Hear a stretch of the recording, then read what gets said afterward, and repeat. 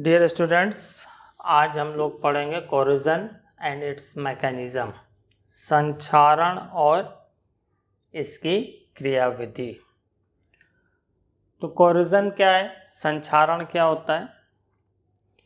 कोई भी सब्सटेंस है वो अगर एटमॉस्फेयर के कांटेक्ट में रहता है और धीरे धीरे उसका डिके यानी क्षय होता है या डिटोरेशन होता है, तो इसी प्रोसेस को संक्षारण कहते हैं। यानी कोई भी पदार्थ जो पर्यावरण के साथ क्रिया के कारण धीरे धीरे क्षय होने की प्रक्रिया जो है वो संक्षारण कहलाती है।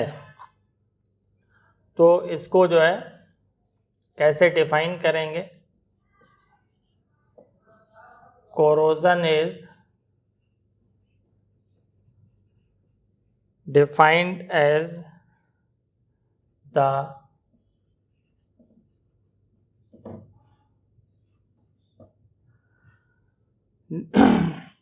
deterioration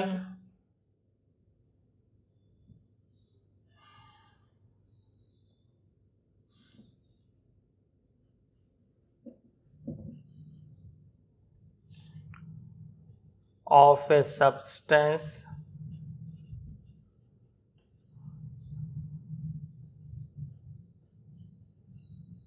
because of its reaction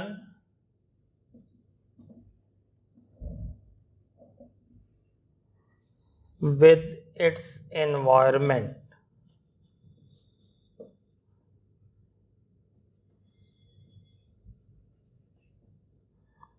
इसको और दूसरे ढंग से भी डिफाइन कर सकते हैं।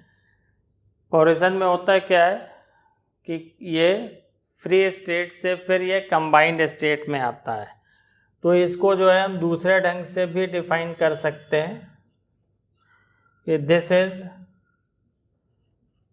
Also defined as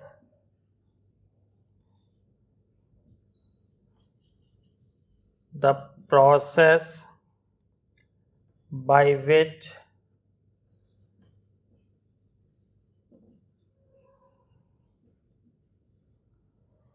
metal have tendency to go back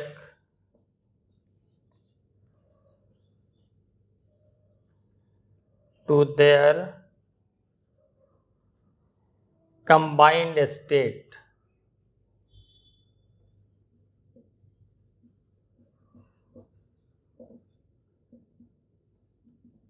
That is reverse of extraction of metal।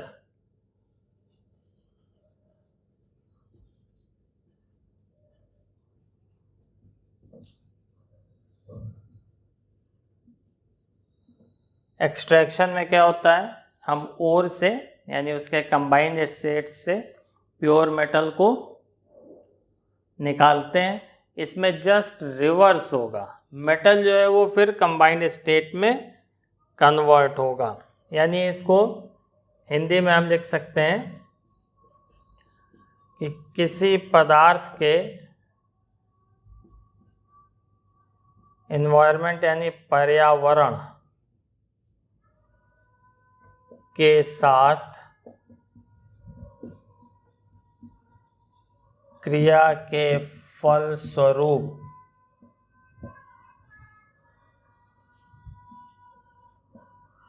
क्षय होने की प्रक्रिया संक्षारण कहलाती है।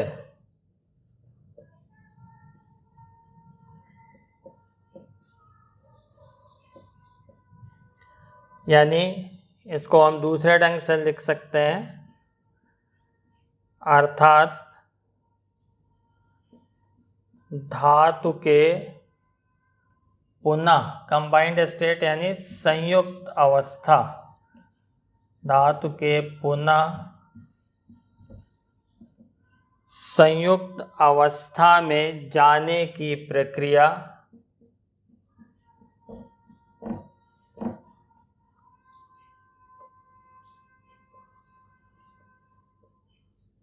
संक्षारण कहलाती है।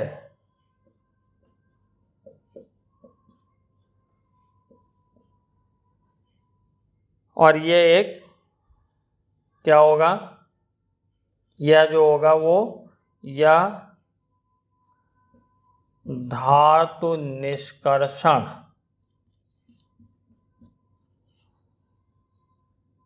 के विपरीत प्रक्रिया है। और दूसरी चीज जो है सबसे इम्पोर्टेंट ध्यान रखने वाली कि ये स्वतः प्रक्रम है, ये स्पॉन्टेनियस प्रोसेस है, इसमें कोई बाहर से फोर्स लगाने की ज़रूरत नहीं पड़ती है। तो ओवरऑल इसको हम लोग समराइज कर सकते हैं, the process of conversion of metal due to attack of atmospheric gases on the surface of metal resulting into the formation of compound such as oxide, sulfate, sulfides, carbonate, etc. is called corrosion।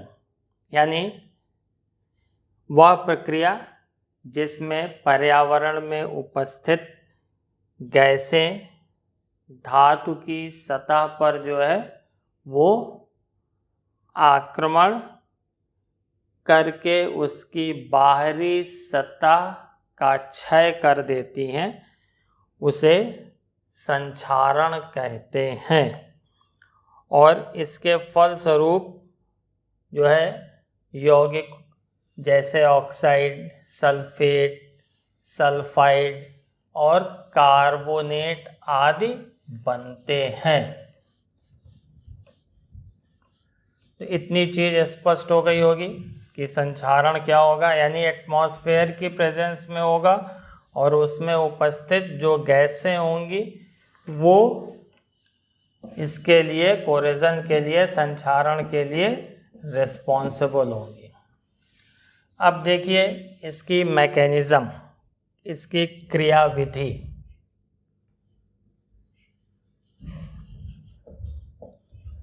तो mechanism के लिए जो है हमने एक लोहे के टुकड़े का एक छोटा सा डायग्राम बना रखा है पहले से।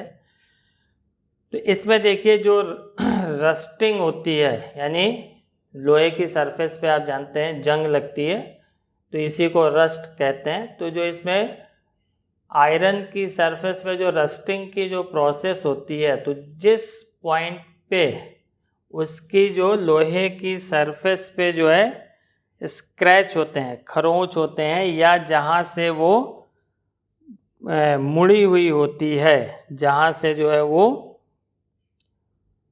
जहाँ पे उसमें स्ट्रेन होता है, वो पॉइंट जो है वो एनोड की तरह वर्क करता है। और जहाँ पे आयरन में इम्प्योरिटी होगी, जहाँ लोहे में अशुद्धि होगी, वो पॉइंट कैथोड की तरह वर्क करता है। यानी इसकी सतह पर एक इलेक्ट्रोकेमिकल सेल जो है वो फॉर्म हो जाता है। तो इसमें होता क्या है, ये आप जानते हैं रस्टिंग के लिए एसेंशियल कंडीशन क्या होती है, मॉइस्चर, नमी और ऑक्सीजन दोनों की प्रेजेंस जो है वो ज़रूरी है। तो मॉइस्चर की प्रेजेंस में, यानी वाटर ड्रॉपलेट या वाटर की प्रेजेंस में, जो एयर में CO2 होती है वो इसमें डिसॉल्व हो जाती है वाटर में, और वो वीक एसिड, दुर्बल अम्ल, कार्बोनिक अम्ल बनाती है, और वो H+ आयन उपलब्ध कराता है, वो H+ आयन प्रोवाइड करता है। तो इसके कारण जो है, जो ये H+ आयन फॉर्म होता है, ये रिस्पॉन्सिबल होता है आगे की रिएक्शन के लिए। तो जहाँ पे जो है स्ट्रेन होता है या खरोंच होती है, वो एनोड की तरह वर्क करता है, और वहाँ से आयरन का ऑक्सीडेशन होता है फेरस आयन में, और ये एनोड की तरह बिहेव करता है। और जो इलेक्ट्रॉन जो होगा वो जहाँ पे इम्प्योरिटी होगी, जहाँ अशुद्धि होगी जो, और वो पॉइंट कैथोड की तरह बिहेव करेगा, उस तरफ जो है ये फ्लो करेगा। यहाँ पर जो है जो आपका जहाँ इम्प्योरिटी है और या जो कैथोड है वहाँ पर OH माइनस आयन जो होते हैं, ऑक्सीजन जो है वो OH माइनस आयन में रिड्यूस हो जाता है। तो ओवरऑल रिएक्शन जो होती है आयरन का ऑक्सीडेशन होता है और OH माइनस आयन कैथोड पर जो है रिड्यूस होता है।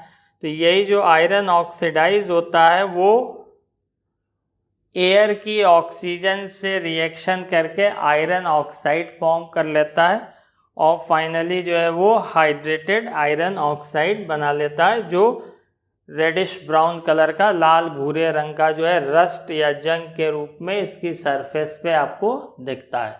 तो मैकेनिज्म जो है स्टेप बाय स्टेप समझते हैं।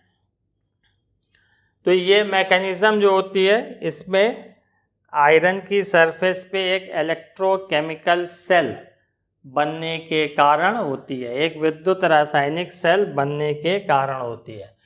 तो फर्स्ट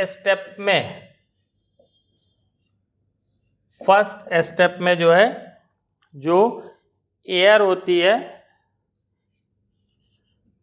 एयर इसमें ऑक्सीजन और CO2 प्रेजेंट होती है, वायु में ऑक्सीजन और कार्बन डाइऑक्साइड उपस्थित होती है। तो ये CO2 जो है, जो आपकी मॉइस्चर या नमी वाटर है, उसमें डिसॉल्व हो करके weak acid carbonic acid form करता है और इसके कारण जो इसकी सरफेस होगी वो वाटर और कार्बोनिक एसिड से कवर हो जाती है।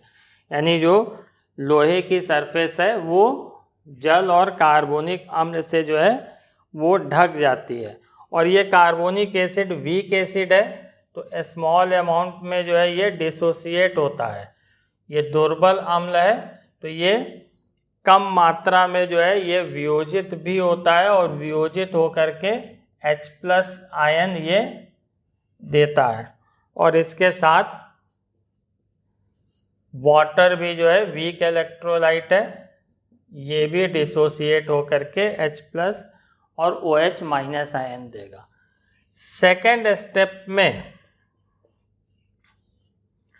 जहाँ पर जो है सेकेंड स्टेप कहाँ होगा, सेकेंड स्टेप जो होता है इसमें जो है ऑक्सीडेशन इन्वॉल्व होता है, इसमें ऑक्सीकरण की प्रक्रिया होती है। और ये कहाँ पे होगी, पॉइंट ऑफ स्ट्रेन यानी खरोंच, जिस बिंदु पर मोड़ या खरोंच होगा उस पॉइंट पर ये ऑक्सीडेशन की प्रोसेस जो है वो होगी। और यहाँ आयरन जो मेटल है वो फेरस आयन में ऑक्सीडाइज हो जाएगा। ये जो है एनोडिक रिएक्शन होती है और इस पे ऑक्सीडेशन होता है, एनोडिक प्रोसेस, और ये ऑक्सीडेशन की प्रोसेस है। और इसका जो E0 रिडक्शन होता है, इसका रिडक्शन पोटेंशियल जो होता है वो 1.23 वोल्ट होता है। तो ये जो रिडक्शन है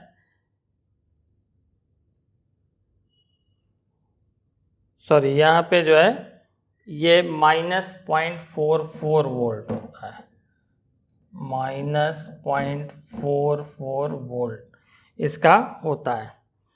अब इसमें जो इलेक्ट्रॉन रिलीज होते हैं वो थर्ड स्टेप में ये इलेक्ट्रॉन जो है वो मूव करते हैं टुवर्ड्स इम्प्योरिटी प्लेस।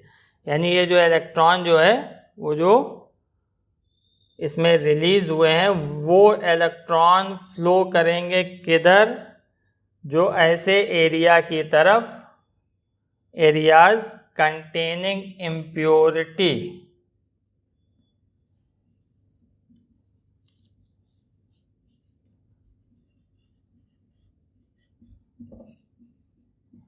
यानी जो इलेक्ट्रॉन मुक्त होंगे वो उस तरफ प्रवाह करेंगे जिधर अशुद्धि होती है। और ये जो पॉइंट होगा इम्प्योरिटी का पॉइंट, ये कैथोड की तरह बिहेव करेगा। जिस जगह पे अशुद्धि होगी वो कैथोड की तरह व्यवहार करेगा। और यहाँ ऑक्सीजन जो है वो वाटर में डिसॉल्व हो जाती है और रिड्यूस होती है, अपचयित होती है किसमें, हाइड्रोक्सिल आयन में।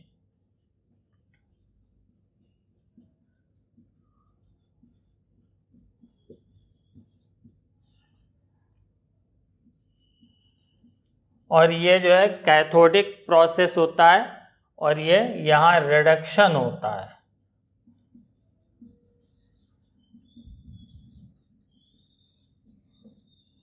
और यहाँ पर जो है ये रिडक्शन होता है और इसका E0 रिडक्शन जो होता है वो 1.23 वोल्ट होता है।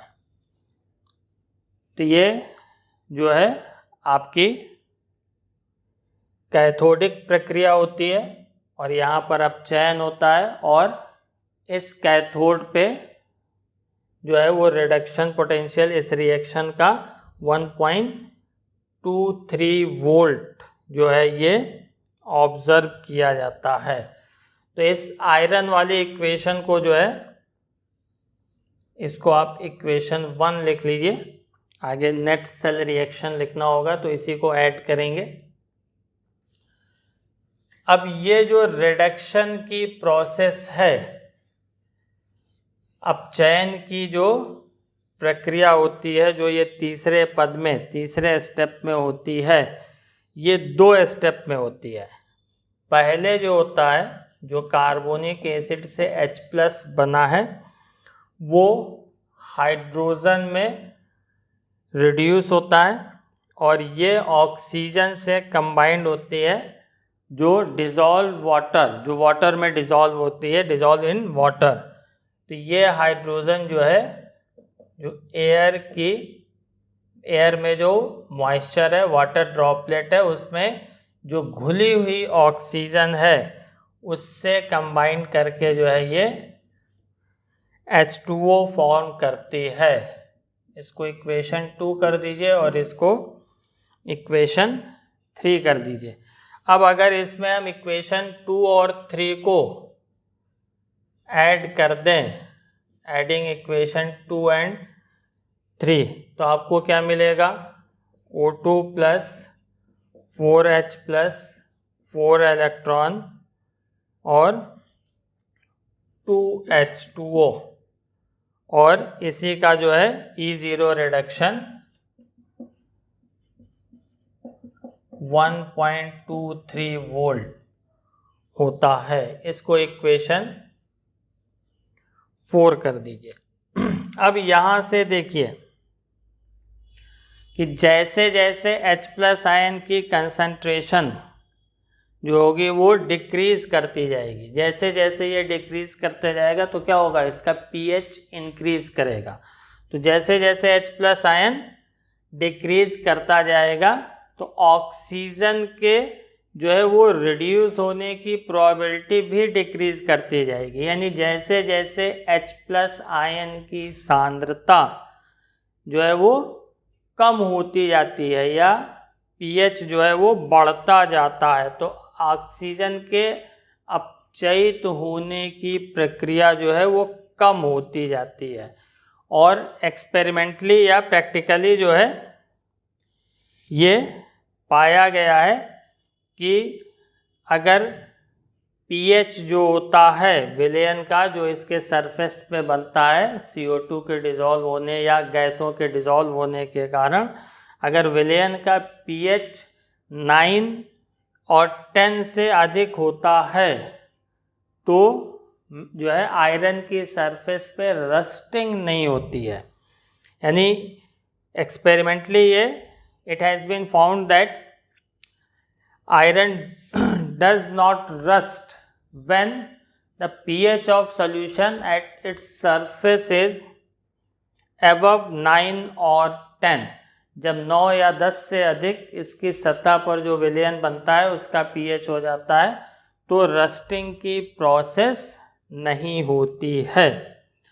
अब इसमें जो है इक्वेशन 1 और इक्वेशन 4 को जो है अगर हम ऐड करते हैं तो हम ओवरऑल सेल रिएक्शन हमें मिल जाएगी, यानी कुल सेल अभिक्रिया हमको प्राप्त हो जाएगी। तो on adding equation 1 and 4 we will get net cell reaction, यानी परिणामी सेल अभिक्रिया जो है वो हमको मिल जाएगी। तो इक्वेशन 1 और 4 को जो है ऐड कर दीजिए। यहाँ पे 4 में 4 इलेक्ट्रॉन है, इस इक्वेशन 1 को 2 से मल्टीप्लाई कर लेंगे तो ये हमें मिल जाएगा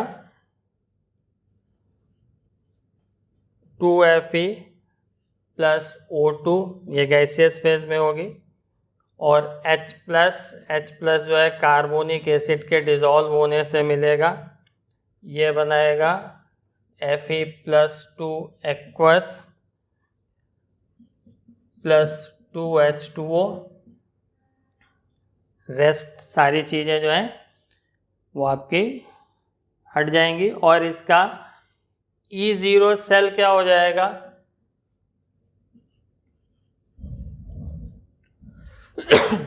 E0 सेल हम कैथोड माइनस एनोड निकालेंगे तो कैथोडिक रिएक्शन और एनोडिक रिएक्शन, इसका E0 आपको स्टैंडर्ड पोटेंशियल मालूम है तो दोनों को ऐड कर दीजिए तो ये 1.67 वोल्ट ये आपको मिल जाएगा। तो ये उसकी सरफेस पे रिएक्शन होकर के आयरन जो है वो इलेक्ट्रोकेमिकल सेल फॉर्म होने के कारण वो फेरस में आयन में ऑक्सीडाइज हो जाता है। ऑक्सीडेशन वहाँ होगा जहाँ पे स्ट्रेन या खरोच होगा और रिडक्शन वहाँ होगा जहाँ पे आयरन में इम्प्योरिटी प्रेजेंट होगी। अब चौथे स्टेप में जो है, चौथे पद में ये जो फेरस आयन बना है ये जो एयर की ऑक्सीजन है, वायु की ऑक्सीजन, इससे रिएक्शन करके जो है फेरिक ऑक्साइड या आयरन ऑक्साइड फॉर्म करता है। यानी इसमें जो है जो फेरस आयन है ये ऑक्सीजन से रिएक्शन करके जो है आयरन ऑक्साइड का फॉर्मेशन करता है। तो ये फेरस आयन जो एयर में प्रेजेंट ऑक्सीजन है और मॉइस्चर इसके प्रेजेंस में रिएक्शन करके ये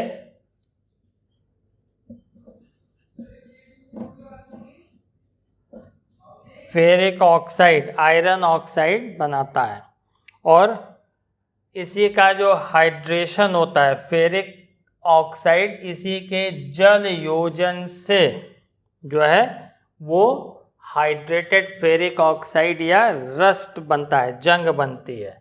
यानी hydration of Fe2O3 gives rust, यानी Fe2O3 के जल योजन से जंग या रस्ट प्राप्त होती है। तो रस्टिंग की reaction Fe2O3 XH2O gives Fe2O3.XH2O। यही आपका जो है रस्ट या जंग है, जो आयरन की सरफेस पे रेडिश ब्राउन कलर का लाल भूरे रंग का जो है वो डिपॉजिट हो जाता है। अब इसको जो है कौन कौन से फैक्टर इस पे इफेक्ट डालते हैं रस्टिंग पे, तो उसको देखिए।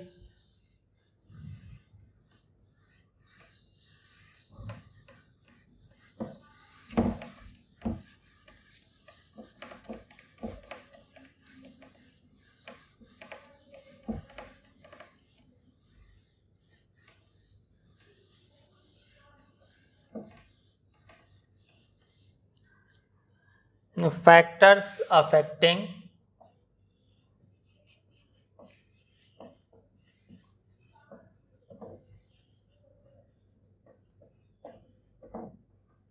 रस्टिंग, यानी हम इसको कह सकते हैं संक्षारण को प्रभावित करने वाले कारक।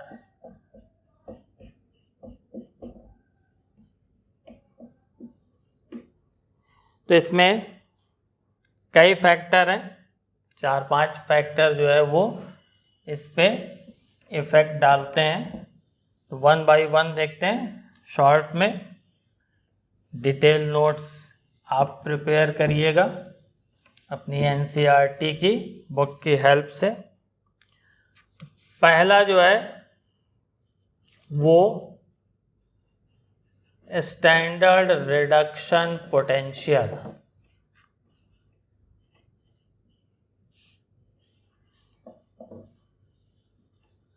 मानक अपचयन विभव।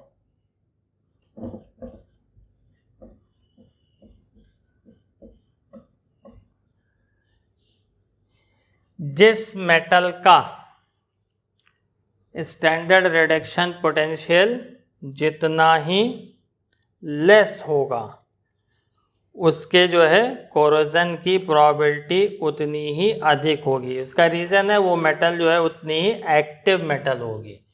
यानी अगर E0 रिडक्शन कम है, लेस यानी कम है, तो वो क्या होगा, एक्टिव मेटल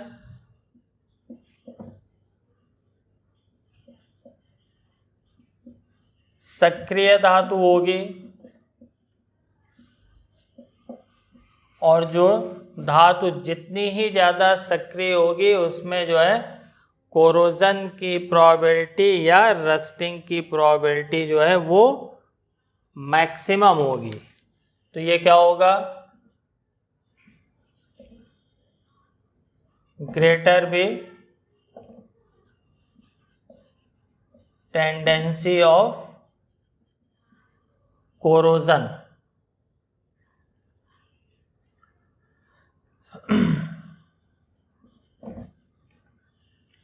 यानी उसके संक्षारित होने की संभावना वो अधिक होगी। तो फिर से इसको समझ लीजिए, अगर किसी भी मेटल का, किसी भी धातु का E0 रिडक्शन लेस होगा यानी कम होगा, लेसर वैल्यू होगी, तो वो मेटल उतनी ही एक्टिव होगी, वो धातु उतनी ही सक्रिय होगी, और उसके कोरोजन होने की, उसको जो है कोरोड होने की प्रोबेबिलिटी उसकी उतनी ही अधिक होगी, यानी उसके संक्षारित होने की संभावना उतनी ही अधिक होगी। सेकंड पॉइंट जो है strain and corrosion.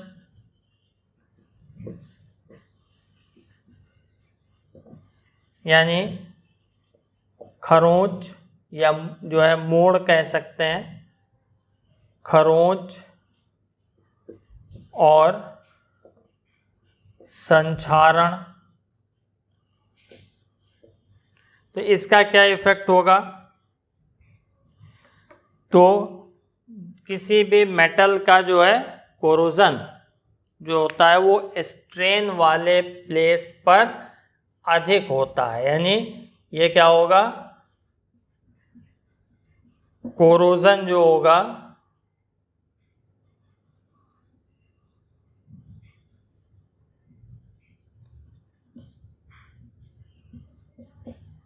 Maximum at place of strain, यानी जिस स्थान पर खरोंच होगी उस स्थान पर जो है संक्षारण की संभावना अधिक होगी, यानी जितनी ही जो है मेटल टेढ़ी मेढ़ी मुड़ी होगी वो उस पे कोरोजन उतना ही अधिक होगा। तीसरा फैक्टर जो इस पे इफेक्ट डालता है वो इम्प्योरिटी ऑफ मेटल, यानी धातु की अशुद्धि। तो अगर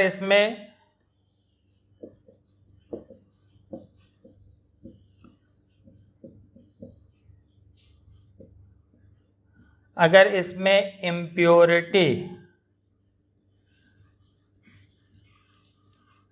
प्रेजेंट है,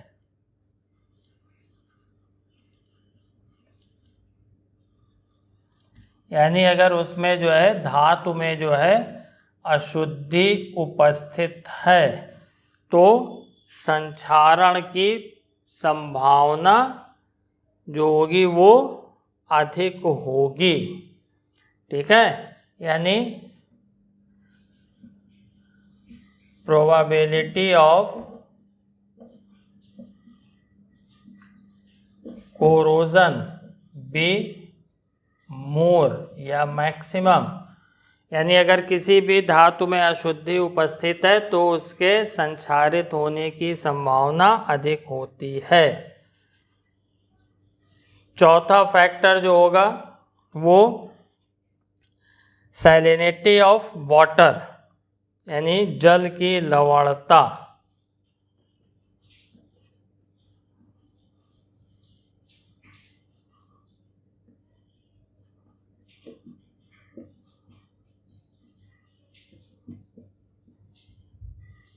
तो जो सैलाइन वाटर होता है, यानी अगर जल जो है वो लवण युक्त है तो आयरन की सरफेस पे जो है वो छोटे छोटे इलेक्ट्रोकेमिकल सेल फॉर्म हो जाएंगे और उसमें जो है इलेक्ट्रिसिटी फ्लो करना शुरू हो जाएगी और कोरोजन जो होता है वो फास्ट हो जाएगा।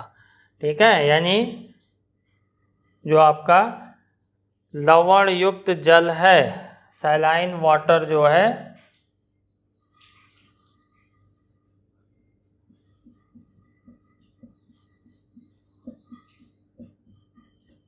ये क्या करता है, जो कोरोजन की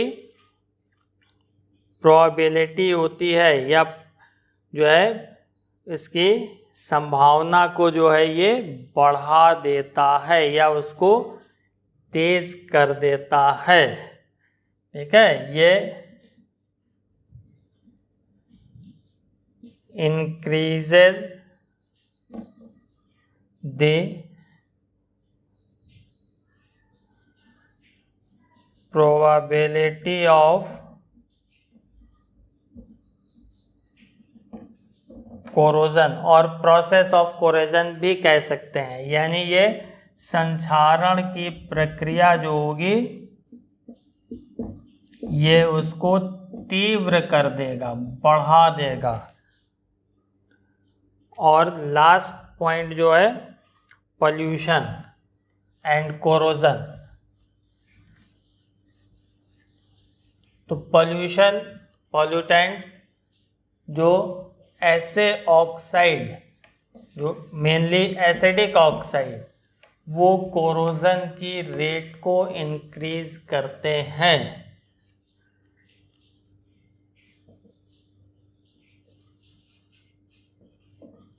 पॉल्यूशन एंड कोरोजन, प्रदूषण तथा संक्षारण।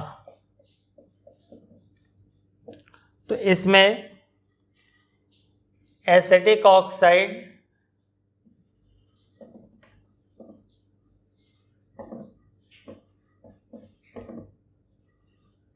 Present in air increases the rate of corrosion। अम्लीय ऑक्साइड जो है, जो आपके वायुमंडल में उपस्थित होंगे, संक्षारण की दर को बढ़ा देंगे। ये ऑक्साइड जो है एक तरह से कैटलिस्ट का वर्क करेंगे कोरोजन के लिए। ये ऑक्साइड संक्षारण के लिए एक तरह से उत्प्रेरक का कार्य करेंगे। यानी एसिटिक ऑक्साइड जैसे CO2, SO2, NO2, जितने भी एसिटिक ऑक्साइड एयर में प्रेजेंट होते हैं वो इंक्रीज कर देंगे द रेट ऑफ कोरोजन, यानी संक्षारण की दर को तीव्र कर देंगे।